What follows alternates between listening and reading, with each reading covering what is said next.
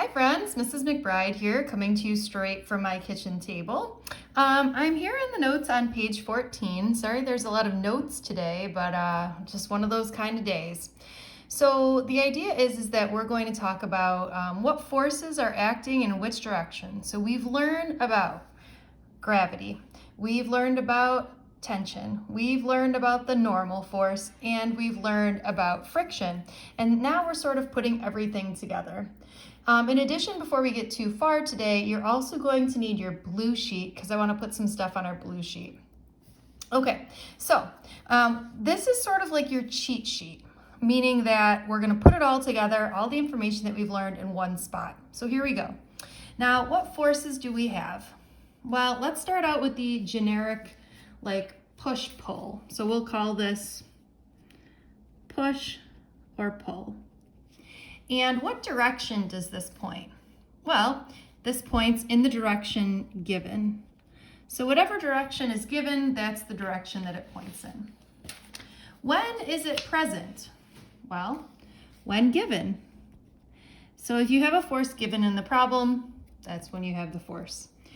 The symbol for this is F, and there is no equation for this guy. All right, which force do you want to do next? Well, let's do gravity. Remember, gravity is also known as your weight. I love gravity because it always points down. And it is present when? You got it. Always. So gravity is always present and it's always pointing down. And gravity is given by the symbol Fg. And we know the equation that Fg equals mg. All right, what's next? What are you feeling? How about tension? This always points in the direction of the rope. It is present, when there is a rope. And tension is the only one that's not given by F, it's given by T. And there is no equation for solving for tension. All right, moving on here. What do we have left? Let's do the normal force. The normal force points in which direction? Hopefully you said perpendicular to the surface. And again, remember, only if there's a surface do you have a normal force. Okay, so it is present when you are on a surface. And this is given by Fn. Is there an equation for the normal force? No. But wait, Mrs. McBride, how come you say that the normal force is equal to Fg or mg? Remember, that's only true when we're on a flat horizontal surface, so it's not always true, right? Okay, and the last one is friction. And remember, friction is opposite the direction of motion. So let's say opposite motion, squeeze it in here, and parallel to the surface. Okay, when is it present? Well, when you are on a surface. Okay, and we know that friction is given by the symbol Ff, and we know Ff equals mu Fn. All right, there it is, page 14. This could be the most important page of the whole packet. I don't know, maybe. All right. This has some important information. So what we're going to do is we're going to be using these problem-solving steps a lot. So from now on, we've learned all of our forces, and now there are these 6 problem-solving steps that we're going to use in each time. So the first thing that we're going to do when we approach a problem is draw a free body diagram. We're going to ask ourselves, is there acceleration? We're going to write out N2L, Newton's second law, equations in each dimension, which really means we're going to write the sum of the forces in the x direction equals ma, and the sum of the forces in the y direction equals ma. Then we're going to substitute every time we see FF, we'll plug in mu Fn, and every time we see Fg, we'll plug in mg. Then we'll substitute some numbers and solve. Okay, so what I want to do here is I'm grabbing my blue sheet, okay? And what I'm going to do is I'm going to write down these problem solving steps on my blue sheet, okay? Let's call these problem solving steps. Okay, so step number 1, draw an FBD. Remember, an FBD is a free body diagram. We will practice doing that a bunch of times coming up right now. We'll ask ourselves, is there acceleration? Then we're going to write out the sum of the forces in the x direction equals ma, and the sum of the forces in the y direction equals ma. And then what we're going to do is in step 4, everywhere we see FF, we're going to plug in mu Fn, and everywhere we see FG, we're going to plug in mg. Step 5, what did I call this? Substitute numbers.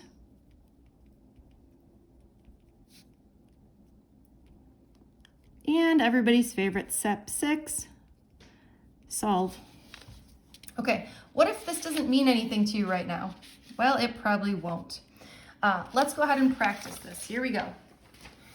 On to page 15. Again, we said today we are putting it all together. So what we're going to do is we're going to draw the 5 fundamental forces for each diagram. We're going to draw the free body diagram. We're going to label the direction of acceleration. We're going to write out Newton's second law in the x and y direction. We're going to assume the acceleration to always be down the ramp and horizontal. All right, here we go. So first thing is we have an object that's just sitting on a table. So first thing you're saying to yourself is, what forces are acting in what direction? So let's just do a quick recap. Your choices are a push-pull. We've got the force of gravity, tension, normal, and friction. Okay, so if an object is just sitting here, remember we're always drawing our forces from the center. Okay, what forces are acting in which direction? Yes, you're right. Gravity pulls down, and since we're on a surface, the normal force points up. Now in a free body diagram, we're basically getting rid of the body. So we're going to take this and we're going to shrink it down into a tiny little dot. And we're going to redraw the forces. Now you may be saying to yourself, why are we doing this? The diagram is right over here. Well, sometimes we have something that's really messy. You know, like we've got a bunch of different things going on, and it's just easy to simplify by taking out the body and just taking a look at the forces. Okay?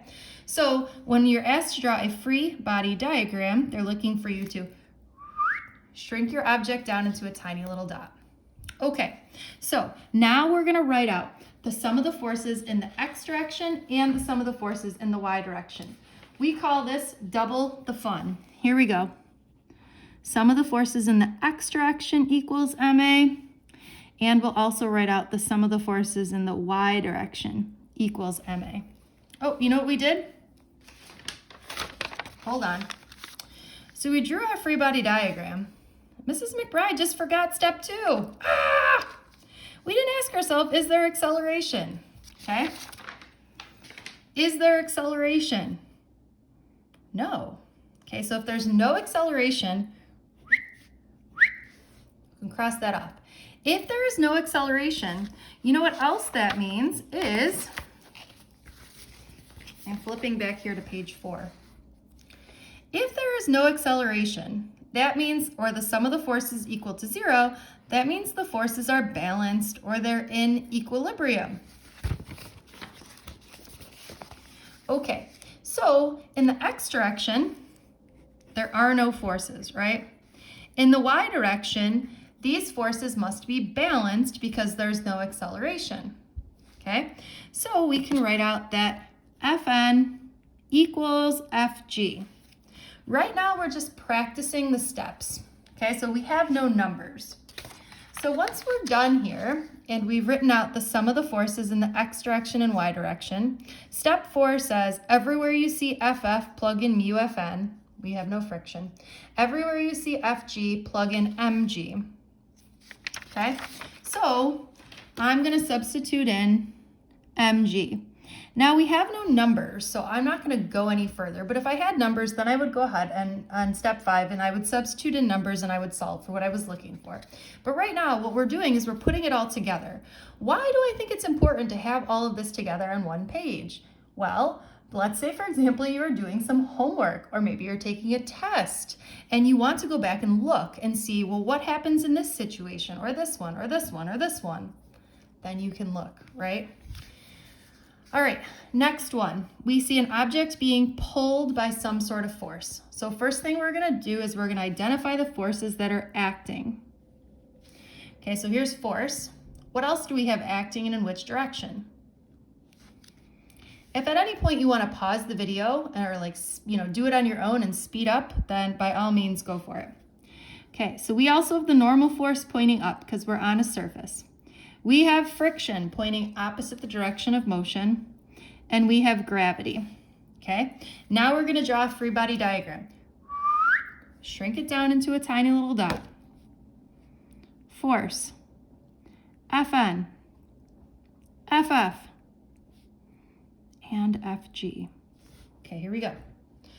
So now we're going to ask ourselves, step number 3, I lied. Step 2, is there acceleration? Okay, if there is acceleration, I think it would be accelerating in this direction.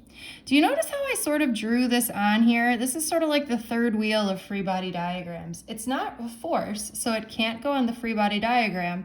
It's sort of just friends with these guys. So the acceleration never goes on the free body diagram. It sort of goes just off to the side. All right, so there only could be acceleration in this x direction. So now step 3 says the sum of the forces in the x direction equals ma, and the sum of the forces in the y direction equals ma.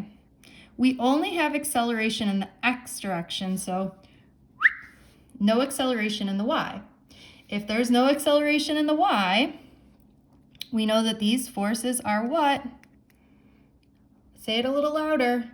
Okay, just kidding. We know that these forces are balanced or equal, or that Fn equals Fg. Okay? And in the x direction, we have 2 forces acting. These 2 forces are not acting in the same direction, which means we need to, you got it, subtract. So we're going to say F minus FF equals MA. Wait, I see someone with a hand up. Just kidding, I'm here at my kitchen table by myself. But my question to you is, why isn't this FF minus F? Why isn't it the other way around? You know what I'm saying? So why didn't I write this FF minus F equals MA? Well, remember, friction always acts opposite the direction of motion, right? So it's never accelerating in the same direction as friction, or friction and acceleration never have the same sign. That's how I know that it's always minus FF. Friction is always acting opposite the direction of motion, or opposite the sign that everything else is. Okay, now let's just go to step 4, which says everywhere I see FF, plug in mu Fn. Everywhere I see Fg, plug in mg.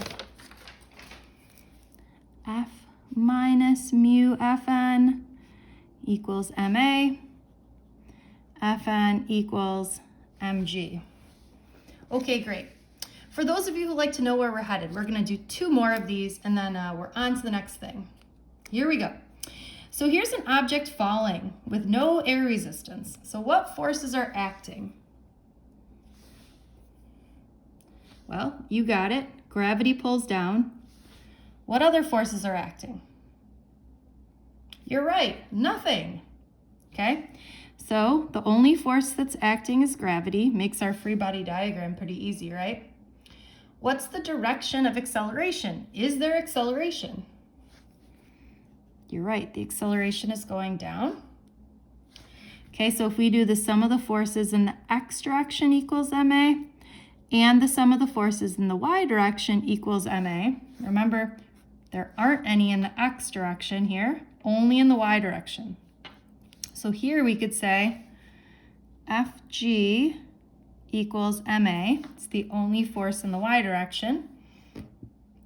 Or we could get real wild and substitute in mg equals ma, or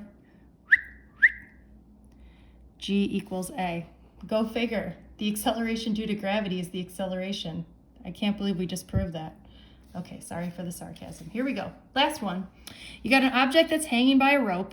You're right, I said it. It's a rope, so this must be tension is pulling it up. Remember, tension always points in the direction of the rope, because if I took some scissors and cut the rope, it would fall down, which means that tension must be holding it up. And there's also gravity pulling this down. Okay?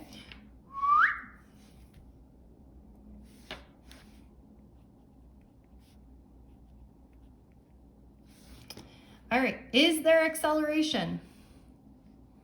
No.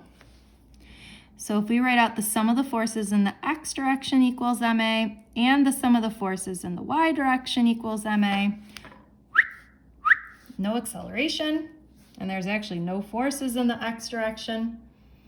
So if there's no acceleration in the y direction, what does that tell us about the forces? You got it, that they're equal or balanced. So in this case, we can write out that T is equal to Fg, or T is equal to mg. Okay, hopefully you're ready to put it all together. So grab your calculating the coefficient of friction lab, and we're on to our next thing.